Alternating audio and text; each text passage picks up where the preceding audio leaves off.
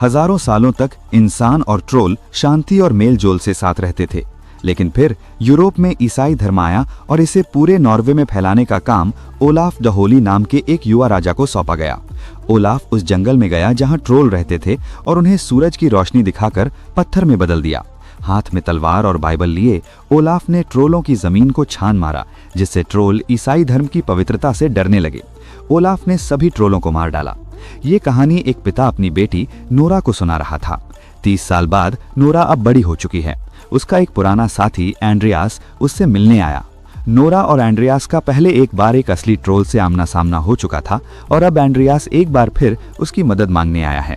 Andreas उसे बताता है कि अब हालात बदल गए हैं, एक नई सरकार है, एक नया प्रधानमंत्री है। ठीक वहीं एंड्रियास ने अपनी किताब नोरा की मेज पर देखी। नोरा उसके हाथों में किताब देखती है और कहती है कि उसे खुशी है कि उसने ये किताब उसके पिता को समर्पित की है। एंड्रियास जवाब देता है कि उसे लगता है कि वो जो उसे दिखाना चाहता है वो उसके पिता को जरूर पसंद आता। नोरा हैरानी से पूछती है, क्या और भी कुछ है? वे दोनों एक हेलीकॉप्टर में सवार होते हैं और उड़ान भरते हैं। रास्ते में एंड्रियास नोरा से एक कागज पर दस्तखत करवाता है। वे वीमॉट नाम के एक पावर स्टेशन पर पहुंचते हैं। नोरा यहाँ के प्रोफेसर को जानती है। इस प्रोफेसर के साथ उसकी पिछली मुलाकात बहुत अच्छी नहीं रही थी। उन्होंने पहले एक प्रोजेक्ट पर साथ काम किया था। अब नोरा के सामने एक बहुत बड़ा ट्रोल खड़ा है। ये लोग इस पर रिसर्च कर रहे हैं। जिन लोगों ने इसे एक सदी पहले खोजा था उन्होंने इसका नाम योटन रखा था। प्रोफेसरों ने सुरक्षा के लिए ट्रोल के चारों ओर यूवी लाइटें लगा रखी हैं। ये इतनी शक्तिशाली हैं कि इसे पल भर में पत्थर में बदल सकती हैं। ठीक तभी प्रोजेक्ट लीडर मैरियन वहां आती है। वो बिल्कुल नहीं चाहती थी कि नोरा इस प्रोजेक्ट का हिस्सा बने, लेकिन अगर उन्होंने जल्द ही कोई प्रगति नहीं दिखाई तो पूरा प्रोजेक्ट बंद कर दिया जाएगा। और ठीक इसी वजह से एंड्रियास को नोरा को लाना पड़ा। और ये ट्रोल मरा हुआ नहीं है, ये हाइबरनेशन में है। इसमें जिंदगी का बस एक ही निशान है, इसकी धड़कन। और ये इस धरती के किसी भी जानवर जैसा नहीं है, ये किसी जंगल की जमीन जैसा लगता है। इसका डीएनए एक पेड़ की डीएनए से मिलता जुलता है। नोरा कहती है, हाँ ये चीजें मिट्टी और पत्थर से बनी है। फिर एंड्रियास नोरा को अपनी पुरानी साथी सिगरेट से मिलवाता है। सिगरेट एंड्रियास के बच्चे की मां बनने वाली है। इसी कमरे में 1030 ईस्वी का ओलाफ द होली का ट्रोल लॉ रखा हुआ था।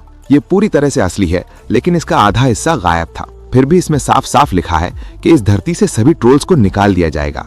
शोधकर्ताओं का मानना है कि अगर पहले एक ट्रोल मिला था और अब एक ट्रोल यहाँ है तो बाहर और भी ट्रोल्स हो सकते हैं, और उनका सामना करने के लिए इंसानों को ट्रोल्स के बारे में सब कुछ जानना होगा। लेकिन इतने सारे संसाधन होने के बावजूद वे अभी तक कुछ भी पता नहीं लगा पाए हैं।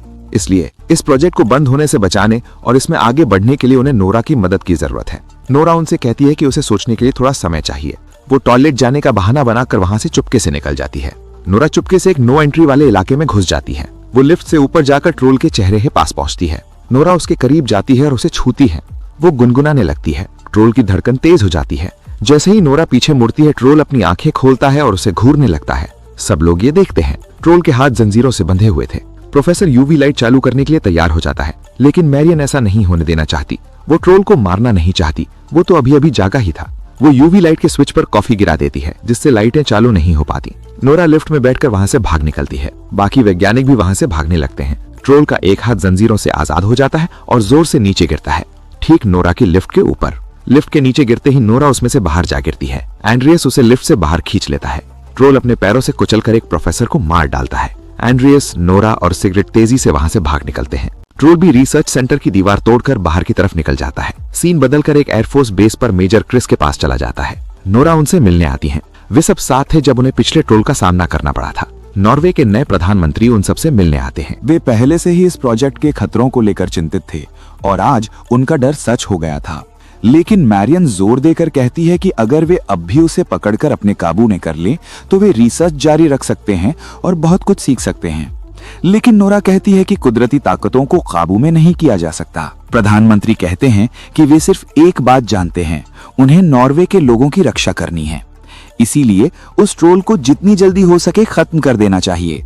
ये सुनकर नोरा को गुस्सा आ जाता है, क्योंकि पिछली बार सरकार की वजह से एक बेकसूर ट्रोल पत्थर का बन गया था। प्रधानमंत्री जवाब देते हैं कि 3 साल पहले एक हेलीकॉप्टर दुर्घटना में उन्होंने भी अपने भाई को खो दिया था, क्योंकि नोरा ने सेना को ट्रोल के सामने चर्च की घंटियां बजाने के लिए कहा था। तो प्रधानमंत्री अब वैसी गलतियां नहीं करेंगे जो पहले हुई थी। लेकिन नोरा के पास एक अलग योजना है। वो क्रिस के पास जाती है, जो अपने सैनिकों को ट्रोल का सामना करने के लिए तैयार कर रहा है।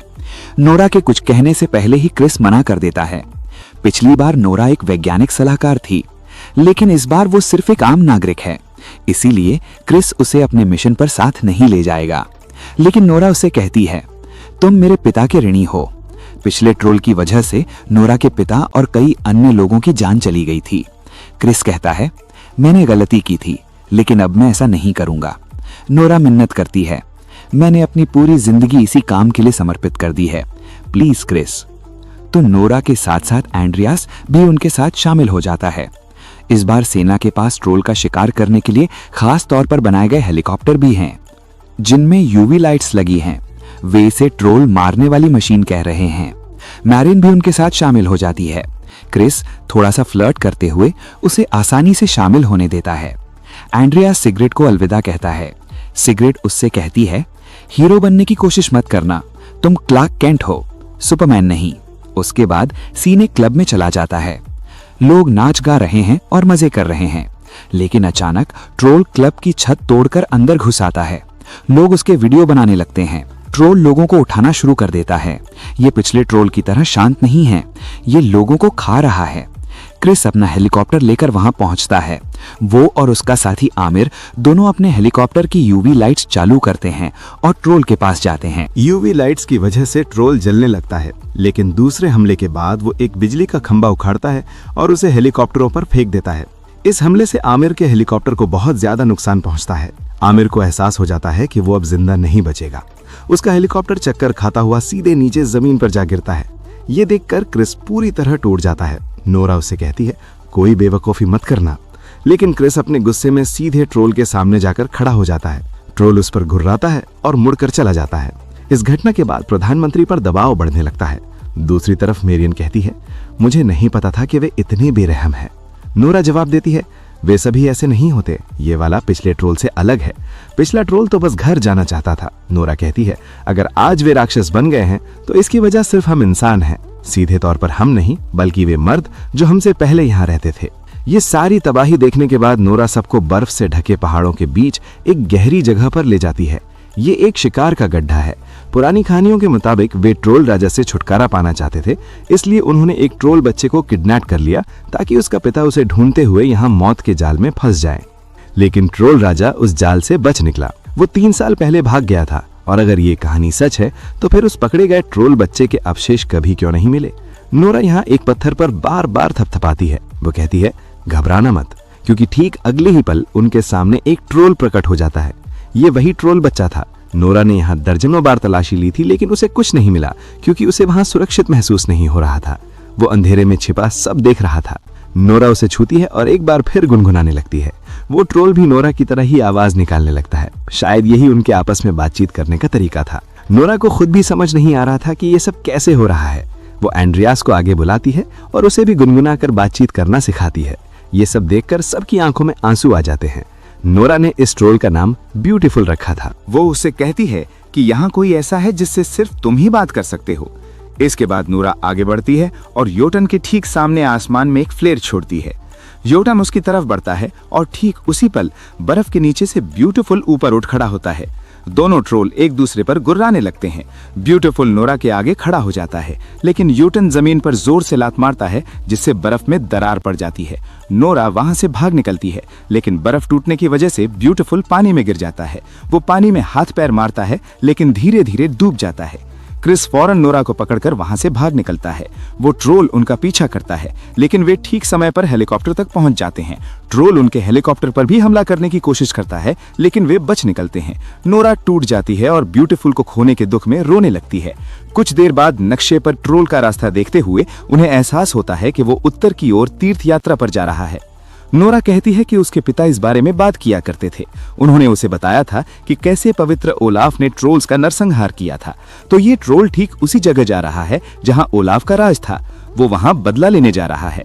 नोरा अपनी पूरी टीम के साथ ट्रॉनहेम पहुंचती है। यहाँ वे एस्थर नाम की एक महिला से मिलते हैं। एस्थर नोरा के पिता को जानती थी।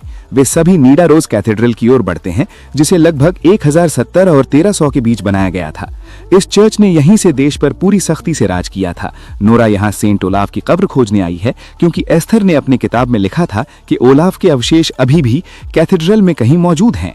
एस्थर कहती है, मैंने अक्सर खुद से पूछा है कि अगर ओलाफ चर्च के लिए इतने ही महत्वपूर्ण थे तो उन्हें नीचे वहां क्यों छिपाया गया, जब तक कि ओलाफ और चर्च के बीच कोई अनबन न हुई हो। पिछले कई सालों में बहुत से लोगों ने ओलाफ की कब्र खोजने की कोशिश की है, लेकिन किसी को भी वो नहीं मिली। नोरा का ग्रुप भी अपनी खोज शुरू करता है। एक कमरे को देखकर सबको लगा कि ओलाफ की कब्र यहाँ नहीं होगी, लेकिन वहां भी किसी को कुछ नहीं मिला। लेकिन एंड्रियस से गलती से दीवार का एक टुकड़ा ढीला होकर गिर जाता है। एस्थर ये देखती है और उसे हटा देती है। ये देखकर उसे याद आता है कि ओलाफ के पेट में एक भाला लगा था, उसकी जांग में भी एक भाला लगा था, वहां भी एक छेद है। ये उसके आखिरी युद्ध के घाव थे। आखिरी घाव उसकी गर्दन पर है। दीवार में 3 छेद खुल जाते हैं। नोरा पास में पड़ी एक जलती हुई मशाल उठाती है, उसे एक छेद में डालती है और घुमाती है। वे इसी तरह बाकी 2 छेदों में भी 2 और जलती हुई मशालें डाल देते हैं। शायद ओलाफ की इस पेंटिंग के पीछे कुछ छिपा है। एंड्रियास और नोरा मिलकर उसे घुमाते हैं और उनके सामने एक कमरा खुल जाता है। वे उस कमरे में दाखिल होते हैं। अंदर ओलाफ की कब्र है, लेकिन जैसे ही नोरा उसे खोलने लगती है, एस्थर कहती है, नहीं, तुम ऐसा नहीं कर सकती, ये पवित्र ओलाफ है। नोरा एस्थर को समझाती है, मैं समझती हूँ कि तुम कैसा महसूस कर रही हो, लेकिन इस वक्त हमें जवाब चाहिए, हमें इसे खोलना होगा। एस्थर मान जाती है। जब वे अंदर ओलाफ को देखते हैं तो एस्थर की आंखें फटी की फटी रह जाती हैं। वो कहती हैं, अरे क्या हैंडसम लग रहे हो। ओलाफ के पास उसकी तलवार है, लेकिन उस पर अभी तक जंग नहीं लगा है। क्रिस कहता है कि ये चांदी की बनी है और हथियारों के लिए यह एक बेकार धातु है, लेकिन इस पर जंग नहीं लगता। ठीक वहीं उन्हें ओलाफ के कानून का दूसरा लापता टुकड़ा मिल जाता है। सिगरेट उसे जांचती है और पुष्टि करती है कि वो पूरी तरह से असली है, लेकिन जब वो पूरा हो जाता है तो उन्हें पता चलता है कि ओलाफ ने असल में ये कहा था कि ट्रोल्स को इस जमीन से बाहर नहीं निकाला जाएगा। ओलाफ ने असल में उन्हें एक नया घर दिया था, लेकिन ठीक इसी वजह से चर्च ने ओलाफ को मार डाला था, क्योंकि चर्च ट्रोल्स को मारना चाहता था। तो इसका मतलब ये था कि योटेन का निशाना ओलाफ नहीं, बल्कि वे सभी लोग थे। इस ट्रोल की खबर पूरी दुनिया में आग की तरह फैल गई। हर किसी के अपने अपने अंदाजे थे। प्रधानमंत्री पर इतना ज्यादा दबाव बढ़ गया कि उन्होंने मान लिया कि उन्होंने अभी अपनी राजधानी खो दी है। वे बस राजधानी से सभी लोगों को बाहर निकाल रहे हैं। उनके पास इसके आगे की कोई योजना नहीं है। क्रिस को भी दूसरे सैनिकों के साथ शामिल होने का आदेश मिलता है, लेकिन क्रिस इस टीम को छोड़कर नहीं जाना चाहता। सब कुछ ठीक करने का उनके पास यही एकमात्र मौका है। नोरा एंड्रियास से कहती है कि वो अपने परिवार के पास चला जाए, लेकिन एंड्रियास भी यहीं रुकने का फैसला करता है। वे पता लगाते हैं कि ओलाफ ने उस समय ट्रोल्स को कैसे मारा था। ओलाफ के पास चांदी की तलवार थी, लेकिन जादू उसकी चांदी की तलवार में नहीं था। नोरा पास से पवित्र जल लाती है, उसे ट्रोल के पत्थर वाले हिस्से पर डालती है और वो उसे काट देता है। तो असली शक्ति पवित्र जल में है। इसलिए क्रिस गया और उसमें नॉर्वे के लोगों को इस मिशन में शामिल कर लिया। साथ मिलकर उन्होंने एक रहस्यमयी झरने से पवित्र जल निकाला और इकट्ठा किया। सेना ने पवित्र जल से भरे इन ड्रमों में विस्फोटक लगा दिए। रात के समय हर कोई योटेन का सामना करने के लिए तैयार था। योटेन के कदमों की आहट से ही सब कुछ कांपने लगा। वो एक इमारत को तोड़ता हुआ बाहर निकलता है और उनके सामने आकर खड़ा हो जाता है। जैसे ही वो आता है, एंड्रियास चर्च की घंटियां बजा देता है। चर्च की घंटियों का योटेन पर असर होता है। सेना भी उस पर गोलियां चलाना शुरू कर देती है।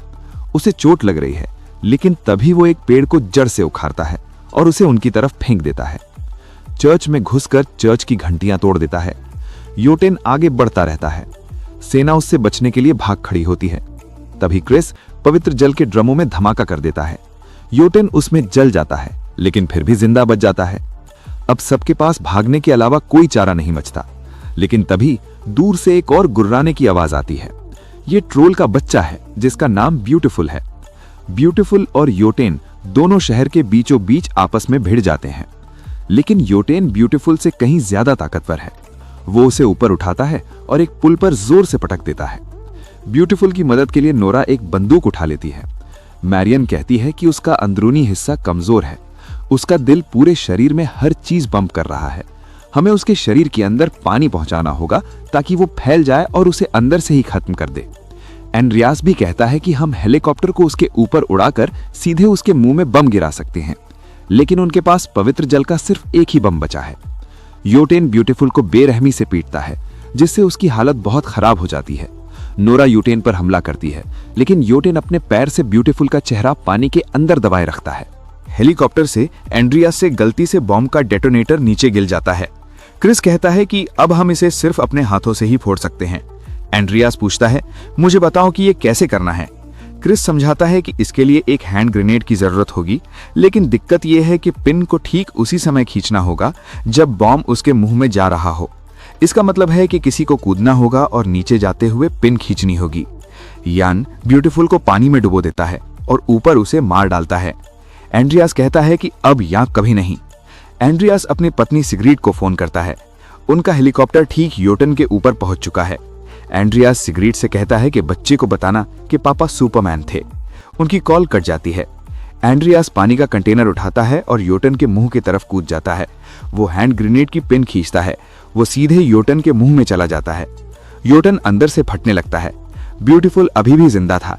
वो योटन का दिल फाड़कर निकाल लेता है और उसे पूरी तरह से मार डालता है। इसके कुछ समय बाद सिग्रीड का बच्चा होता है। बाकी सब लोग एक नई जिंदगी शुरू करते हैं। ब्यूटीफुल भी नोरा से मिलने आता रहता है। और इसी के साथ दोस्तों, ये कहानी यहीं पर खत्म होती है। हमें कमेंट्स में बताएं कि आपको ये एक्सप्लेनेशन कैसा लगा और वीडियो को लाइक करना और चैनल को सब्सक्राइब करना ना भूलें।